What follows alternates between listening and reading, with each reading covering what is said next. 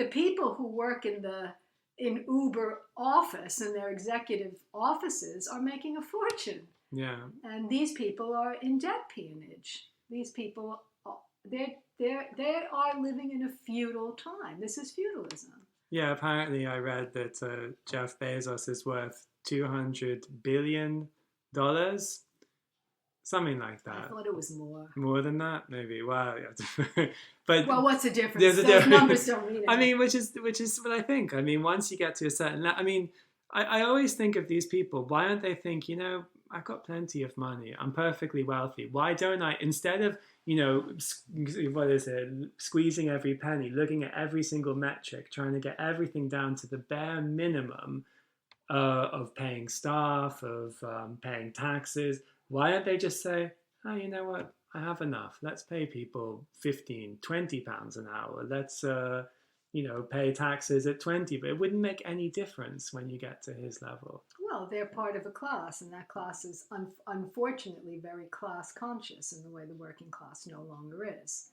In fact, they've succeeded in psychologically destroying the working class so that there's no solidarity anymore because there are no more unions. Yeah. But that wealth class, that tiny percentage of people that holds most of the wealth, are extremely class conscious. And one of them isn't going to break ranks with the others to do something decent. They have solidarity. Those people have solidarity. Imagine what would happen to Jeff Bezos if he decided he was going to give money away. Well, it's so And short-sighted. it's not even a good solution. I mean, we're already relying on the philanthropy of, they all want to be philanthropists. They all want to control, but you can't have. So this isn't the problem of it. Is, do you believe in democracy? We don't have democracy. We live in an oligarchy. I heard yesterday that 90% of the companies are traded on the New York Stock Exchange are owned by 3 companies. Was that on the thing? Yeah, I think it was the same thing. Okay, so it was 3 companies own 90%. Now that is not, right? Yeah. We haven't had democracy for a long time. All the razzmatazz that went on in America about Biden, this and that, you can never be sure that election was legitimate. The question, because we don't have democracy. Yeah. All the machines are controlled by corporations.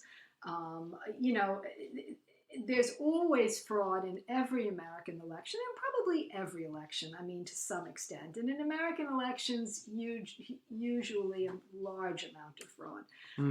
Last time we heard that Putin swung the election and that Trump was an agent of the Kremlin. Yeah. A month before the election, just weeks before the election, Hunter Biden's laptop emerges, and with all this information that would damage Biden. What are they saying? Oh, that was all the hallmarks of the KGB. That was the Kremlin. That was Putin, right? Yes. He did that. Yeah. Black Lives Matter, right out of the KGB hit list or something. Putin was behind Black Lives Matter. He was behind the Hunter Biden laptop. He was behind the election in 2016. Everything you want, you name it, Putin has done it. And he's got this enormous power over the United States. Yeah, however, when they had this election, just a couple weeks after Putin released the laptop, it was the cleanest, fairest, most secure election in American history. Now, how did that happen? It's absurd. These stories are absurd on their face, but people want to believe them. They went and they voted. It didn't matter. If you told me that not the Democrats, but the CIA, the CIA, the United States has interfered in 81 elections, right, all around the world. You're telling me they couldn't hustle a couple of 100,000 votes into the back door at 4 a.m.? Trump could be right. Yeah, There's no question that the CIA and the NSA, all the security service of the United States that used to be, suspicious to the left, even to everybody, to the media, are now heroes that are constantly quoted anonymously. Intelligence sources. Who are these sources? So I just think we live in a strange world where we can't believe anything that you hear in the media. You never know what's true. Trump could be right about this election, but he's never going to prove it because there's an establishment and they're all going to stick together and they're all going to say Trump's out because we're not going to get fooled by him again. Yeah. They were never going to let that happen again. And Trump, it's hard to believe, but he got more of the black vote. He got more of the female vote. He got more of the Hispanic vote than he got in 2016. They didn't go over well. They voted more for the Democrats if they were going to come out and vote at all. Yeah. But he increased his share. The Democrats lost seats in Congress, in the House. They didn't get the Senate. He did so well. Sometimes it's hard for me to believe that he didn't win. You know. So maybe Biden won it. Maybe everyone hated Trump so much that they made the effort to go out and vote for Biden. But whatever the weather, Trump came very, very close. And that will tell you something about the popularity of Joe Biden and the enthusiasm that exists in the country for the Democrats. It just isn't there. And he is just now hiring all the same people that Obama had in his cabinet. Corporate lobbyists, people in the defense industry, people who have been warmongers in the past. I think it's just going to go back to business as usual during Obama's reign. And when Obama's administration ended, we got Trump. Yeah. That's what you have to think about. And the lost opportunity is not understanding why that happened. They never wanted to know.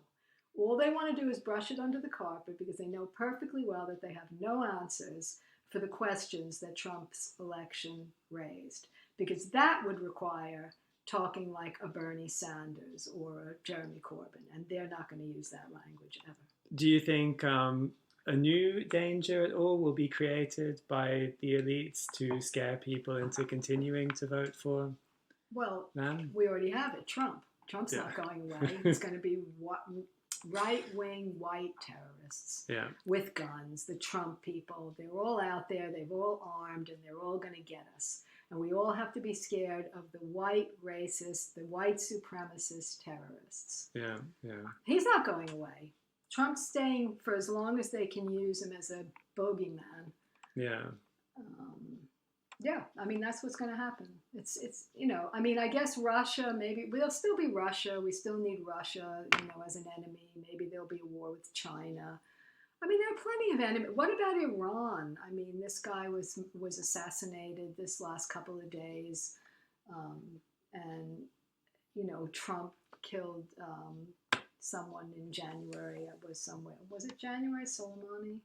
He killed another very prominent Iranian. And now they've killed a guy who was not he was not the head of Iran's nuclear program. But so you think a war with Iran then in the near future? I think Iran has a real army. Don't forget also sanctions are a form of war. Lots of people die under sanctions, and a third of the world is now under American sanctions. And when you're under American sanctions, no country, like no European country, will do business with you because they're afraid that they'll be sanctioned by the United States. Yeah. Biden won't change that. He might go back to the JCPOA because Obama got into that, and he might honor that. Yeah. He might go into the Paris Climate Accords, but that's actually accomplished very little. I think about climate change. Unless you're going to basically end capitalism, I think there's no hope for any sort of progress on the climate. Essentially, as that film you once recommended to me said, the one that wasn't made by Michael Moore, but he was somehow involved in it. Planet of the Humans. Yeah, I think unless people stop consuming, there's no hope for you. So, the Paris Accords are nice, but I don't think that they're going to end climate. I think climate change is very closely united with capitalism, with the type of capitalism we have now. And I don't see any hope for the environment at all, basically. Oh, I don't know. I think, unfortunately, I think that it's also the case that there aren't any plans. There aren't like this whole Davos thing, this whole sort of like the secret sort of meetings of the very, very powerful. I think at the moment, I think what you're finding is that they don't really have any plans for the future. They don't know what they're going to do next. The gold standard failed. Now the credit, after the gold standard failed, we stopped having money. We started having credit cards. Yeah. Now the credit thing died in 2008. I just don't know what the next plan is. I mean, after credit, what is their next? Go back to real money? Go back to a gold standard? What is their next trick? And I don't think they have the answer to it. It's not like there's something going on. I think this is just, we're on a course now where you can see there's been an enormous concentration of power and wealth. And as I said, that class is going to continue on its way, accumulating more. I do not think that they'll break ranks unless they find some way of all doing it together and coming up with a plan that's going to sort of humanize the whole thing. Like you say, well, why do we need all this money? Let's do something better with it. Perhaps create a program like Roosevelt did, and rather than going on and consuming things we don't need like we're doing now, maybe creating jobs like the public works programs that Roosevelt created, where we actually do start trying to sort of change we need infrastructure. Yeah. And making that, we have a great opportunity because we haven't updated the infrastructure for so many years. Maybe we could make that infrastructure more climate friendly. I mean, it may be too late, but I mean, there is something there that could be done. And I think, and I really personally think, the only way to really change anything, I know it's a completely crazy idea, but other people have said it, other economists have said it, which is just cancel all the debt. The international debt, the domestic debt, the national debt, just cancel it. Go back, Jubilee year, set the clock to 0, and start over again. As soon as people are out of debt, the only thing that would be affected by that is, from what I understand, I'm not an economist, is just the savings of the wealthy. I think First Boston, someone said ran a kind of a scenario about what would happen if that was done, and they found it would be disruptive, but not as disruptive as continuing the way we're going now. So, I mean, debt is our problem, right? Debt, everyone's in debt. There's debt, and if you don't cancel that debt, no one will ever be able to get out from under, whether it's countries or individuals. And don't forget, debt is used as a weapon against the poor. Yeah. If poor countries, poor individuals, it's a weapon to control people. Yeah, because I mean, now one of the things I'm worried about is governments have apparently been doing a lot of borrowing during the coronavirus. And of course, I don't suspect that at the end of it, they're going to say, okay, corporations and rich people, you're going to pay for it. And they're probably going to say, okay, now it's on the poor. Yes. We've already had the announcement of a public sector pay freeze.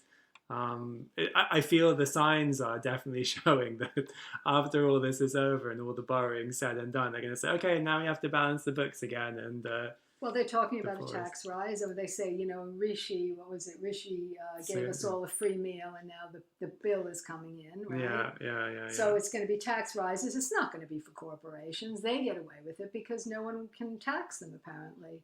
Yeah. By leaving the European Union, we will become Singapore, I think, because I don't think there's any hope for us but to just create tax havens. Yeah, that seems to be a popular I'd love approach. to see what the economic plan is post-Brexit. Yeah. I don't think there is one.